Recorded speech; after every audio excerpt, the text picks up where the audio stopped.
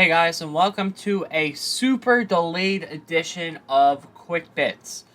Today's Quick Bits are going to be the two movies popping up on screen right now. Spoiler alert for those two movies, and basically it's just going to be April, all of April's movies, which are only two movies that I went and saw in theaters. But before we go and talk about those movies, I wanted to talk about some of the grade readjustments that I have. This has been March was my first ever movie that I reviewed was Creed 3. So that was in March. So it's been technically a year. I've missed it a little bit by like a month, but we're gonna do grade readjustments every year that I am doing this. So first off, we have The Creator. I originally rated it a 93. It's going to drop down 4 spots to an 89. Iron Man is just going to drop down 1 spot from a 91 to a 90. Creed 3 is going to drop from a 90 to 89 as well. Just one drop there. And then Guardians of the Galaxy Volume 3 is going to drop 2 spots from an 87 to an 85. And then for upgrades, we're going to do Killers of the Flower Moon. Goes from a 79 up 3 spots to an 82. Super Mario Brothers goes from a 74 to a 77 up 3 spots. And then Fast X goes from a 67 to a 69, going up 2 spots as well. So that's all for the grade readjustments. Let's get into Monkey Man. April, Monkey Man 2024. Action. Dev Patel's Monkey Man was kind of a really good movie that, it kind of surprised me about how good it was. I'm glad this movie came to theaters. This just goes to show that all you need is a good concept for a movie, and it doesn't really matter how high or how low the budget is. Let's start off with the bad things about this movie. Sometimes the plot was a little hard to follow, but that really doesn't matter when the stunts are as good as they are. Other than that, I was really invested, especially at the end with the finale scene. As for the good things, I loved how this movie leaned into more of his Indian backstory and heritage. It really completed his character. I also enjoyed the exposition. It wasn't too much and it wasn't too little. The music and score in this film were also super interesting. During the finale sequence, there was just no music at all to overshadow the dialogue. Instead, it was just like a very slow, very silent, inspirational music that kept increasing as time went on. But it wasn't too overpowering, and because of that, it let the punches of the finale and the grunts feel real. A couple funny instances or quotes. We always have one for every movie we go to. At least Braxton and Tyler, they usually say a pretty memorable thing. For this movie, midway through the movie, Braxton, he turned to me and he was like, he's gonna go bananas. Because he's a monkey, get it? God, so dumb. And then like 10 minutes later, the quietest part of the movie, it always seems to be the quietest part of the movie. Like, it was dead silent. Braxton just rips one. Like, the loudest fart I've ever heard. Back to the movie. Dev Patel shined in this movie. He really brought the right balance of revenge and sadness. As for the best thing in this movie, it was the stunts. I loved how each and every stunt had different angles and different shots with the camera fading in and out.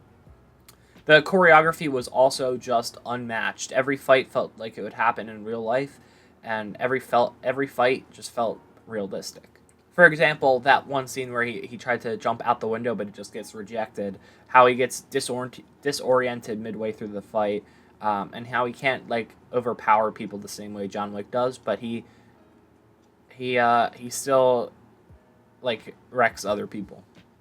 The fight montage before the finale is also an example of how he's not on the level of John Wick. Like I said, he's just a normal person that can know that fights underground, and I think that's what makes this movie so good, is because this could happen to anyone.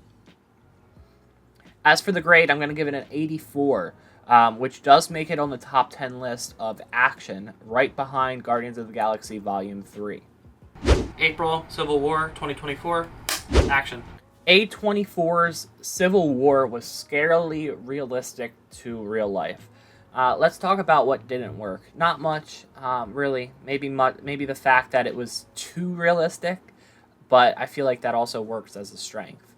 As for what did work, I love the perspective that this movie gave the main characters. Being a photographers is super smart when you really think about it. Lee's photos were in color, showing how she's seen more of the world and all of the upsetting things associated with it. While Jesse's pictures are black and white because she sees the world in black and white. The camera angles were also super interesting, and in some shots the background was blurred out. I loved how they used the IMAX cameras in this movie as well. I also did like how we followed a family for most of the movie. Lee is the mother, Joel is the father, Jesse's the daughter, and Sammy is the grandfather. The whole movie I was questioning who the bad guy was. Usually there's just like one big bad that just like pops up like, hey, I'm the bad guy. But this movie didn't have just one bad guy, and I think they left it intentionally ambiguous on purpose. Like I said, I don't think there was just one main big bad. This movie had multiple humans as antagonists, but they weren't bad or like evil per se. They believed in what they believed in. One of my favorite things about this movie was that at some points it just cut the silence, and the silence stayed for a while. And at points, especially during that amazing finale sequence, it was so loud, which makes the silent parts even more captivating. Nick Offerman is always so good. Him as president was such a great casting. He just played it differently than every other like evil president that we've ever seen. Like I said, he wasn't evil per se. He played it as like a normal human being. Kirsten Dunst had a standout performance as Lee. Her cynical attitude towards the world is something that I feel like real people can like relate to almost. The surprise of the film for me was Kaylee Spaney as Jessie. I wasn't really expecting that much, but she blew it out of the water. As for the best thing about this movie, it was how realistic it was and how like apocalyptic it felt. I loved how no one was in the busy New York streets, how no one lived in houses. Instead, they like lived in tents in a stadium, and how they were just abandoned cars in the middle of the road. It totally reminded me of Last of Us, minus the zombies, and that's always a plus. As for the grade, I'm going to give it a 84, which is just above Saw X on the horror thriller drama scale. All right, so now we're going to go into all of the movies and where the new ones slide in on the list, especially with the new regradings that we've done, or that I've done. So the top stays the same pretty much, except Iron Man drops to a 90, and so does Creed 3. It drops to an 89. Creator drops down as well to an 89. And then John Wick 4 and Equalizer 3 round out the list at an 88.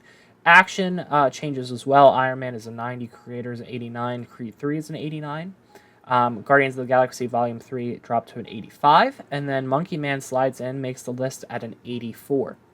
And then if we go to page 2, you can see that Fast X moves up to a 69, and everything else pretty much stays the same.